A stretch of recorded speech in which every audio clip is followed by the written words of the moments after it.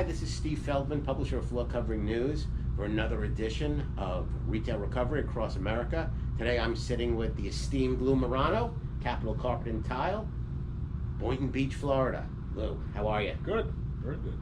Yeah. How's life? All right, getting better now that things are getting back to somewhat normal. Good. Let's start. Tell me a little bit about Capital Carpet. When did it start? Give me the Cliff Notes version. We opened our first store 35 years ago, and now we have 5 retail stores.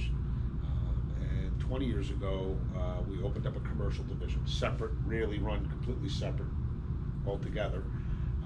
And then about 17 years ago, we got into the window treatment business, which has been a decent part of our business.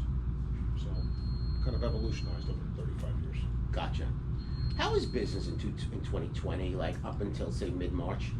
Well, including March, shipping was incredible. But, in retail, as you well know, what you write isn't necessarily what you ship in the same month. So January, February, and March were, I don't know if they were record months, but we were way up. I mean, way up shipping. And then, of course, in March, the sales started to trail down a little bit. What did you attribute the first quarter success to? I don't know. We do the best that we can in everything that we do. We try to have the best salespeople. We try to give the best service. All the same things that everybody else does. Keeping up with advertising. The stock market being way up, I'm sure helps. I don't really know. I just know that we had a really first quarter. And I know others that did too. What happened when the virus hit to Capital Carpet? So we were considered an essential business in our area. What was considered essential business if you had a contractor's license, which we do, and if you sold building supplies, which obviously flooring is building supplies. So we were able to stay open. But that being said, we laid off half of our sales crew. We had a skeleton crew. We changed our hours from closing at night, closing on Sunday, which we're still at that point right now. And that's how we changed. Florida opened up, beginning of May? I think so. What happened when Florida opened up? Did customers start coming back into the store? Well, they already were kind of. So we go back to the point where we were on quarantine or whatever, but essential businesses could be open. So hardly anybody came into the store, but because we were one of the few flooring stores that were still open, or window treatment stores that were still open, we had a lot of phone calls, so it changed the way that we do business. These salespeople were now doing, virtual sales through either WhatsApp or Zoom or, iPhone, that type of thing. And they were, showing the customer stuff in the store, and then they would bring those samples, and they would actually go out to the customer's houses. The customers needed flooring for whatever reason. They were moving, or there was this, or they had a flood, whatever the situation may be. So we still sold during the quarantine. Now, it was actually not quite as bad as I thought it was going to be. We probably sold about 45% of what we did the previous year, which I would have thought it would have been a lot less. And then as time went on, more people came into the store, and then when it opened up, now people are coming into the store. Almost not like normal, because we're still not writing what we were writing last year. But for example, in May, our shipping was quite down, of course, because of April's writing, and May's writing is down. But May's writing was only about 10% down. So we only wrote 10% less this May than we did last May. So shipping is way down. So that's kind of... How's June been so far? June is starting off to be the same kind of thing. It's too early to tell, compared to last year, but it's continuing like May. It's not terrible, and as you well know, in Florida, we're seasonal, so June slows down anyway. Right. Compare it to last year, it's too soon to tell. Give me some of your current strategies to attract customers into the store today. Well, first thing that we did was we changed our advertising completely. So in the first month, I think for 2 or 3 weeks, we didn't advertise. We do a lot of TV advertising. We stopped that for 2 or 3 weeks. And we changed the message in our social media and pay-per-click and stuff like that. And then we went to... what was the message? The message is that we're still open, and we have multiple different ways of servicing you, whether we can drop off samples and we can pick up samples. We can come into your home and show you samples. You can make an appointment in the store where there's nobody else in the store. We're safe. We have sanitizer. We're wearing masks. You need to wear a mask. You know, that kind of message. And then what it's really done, which is quite interesting, is that, you know, we've always been trying to tell our salespeople that a customer calls over the phone is the same as when they walk into the store. And for, you know, these last few years, people calling over the phone, it's not like the 80s. They're not calling to find out where your location is. They're interviewing over the phone, just as if they were in the store.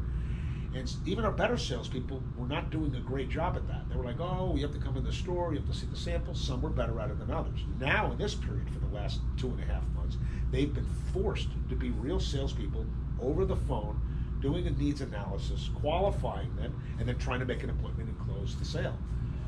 So that has helped tremendously. Now, I believe that when this is fully over, that's going to continue, because you're going to have some people that are still going to be wary, but their technique is better, and they know how to do it over the phone much better. So it's almost, you can almost say that this pandemic actually, in the long run, might have helped you.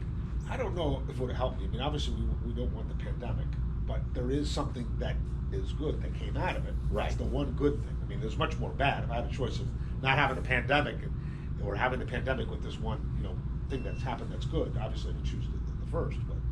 But that is something that has improved our salespeople's techniques. They were forced to, because the customers were not coming in the store. Are you finding close rates to be higher right now? Yeah, probably, because we're doing so many more in-home shopping, and my guys have really picked up the techniques of what you need to do to work it over the phone. I don't know if other people are doing that, but I know that our closing rates are better. Tell me about that consumer that does walk in the store today. How are they different? Do they care about the masks? Are they coming in with masks? If you asked me the question a month ago, everybody came in with masks. Now people are not coming in with masks. We're asking them to wear them. We're wearing them. It's become looser. I think people are just kind of, they feel like, right or wrong, I'm just kind of over this already, and, you know, I'll stay away from you, but I'm not going to wear my mask. But we make them wear a mask. So you feel people are kind of coming out of this mentally at this point? I think so. I mean, in 3 months, people are going crazy. I mean, the older people are still very, very concerned, for sure. Aside from what your salespeople are doing on the phone, how do you think business has changed temporarily, and how has business changed for you, maybe permanently? You will open again on Sundays, I would assume. Yeah, I mean, it's changed right now because we're closed at night, and we're closed on Sunday because we can't run the store hours with the limited skeleton crew. Now, as business is coming back, we'll be, you know, getting more salespeople to come back on the floor. We'll probably go back to nights first, and then when we have enough people, then we'll go back to Sundays. Gotcha. If I'm a retailer in a small town,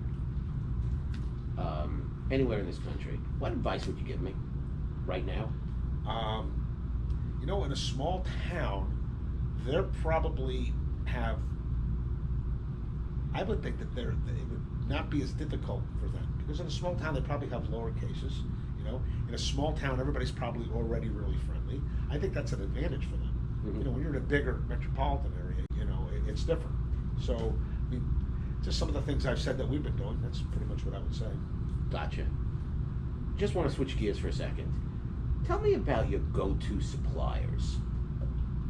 Now, maybe over the past year, who's really been stepping up for you? Who does a good job for Capital Carpet?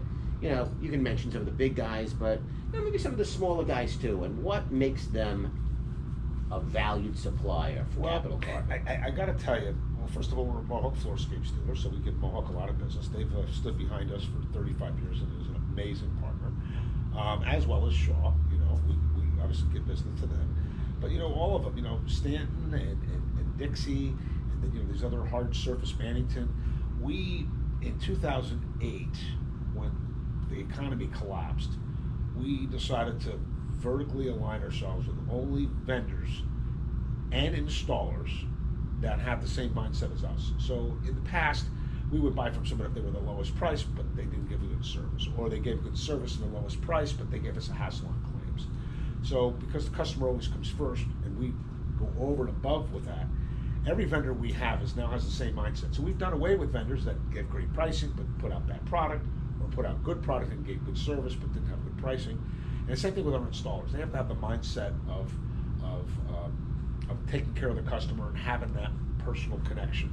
And because of our advertising, and now we've gone to a mid to an upper end type store, we're attracting that type of clientele. So it actually aligns with their customers as well. They're not looking to get the lowest price. They don't want to spend more money than they have to. So we really kind of vertically aligned ourselves, from vendors to installers to the salespeople that we hire, to the people we hire in the office, to the customers we do business with. So we're really, all of our vendors that we have right now, I couldn't say there's one of them that is not doing a great job, because if they weren't, we wouldn't have them in the store. There's enough other vendors that we could put in the store that can fill that gap. Gotcha. You mentioned Stanton, you mentioned Dixie. What do they do really well for you? What do you like the most about those companies? Well, they produce products with for us, with not a lot of claims.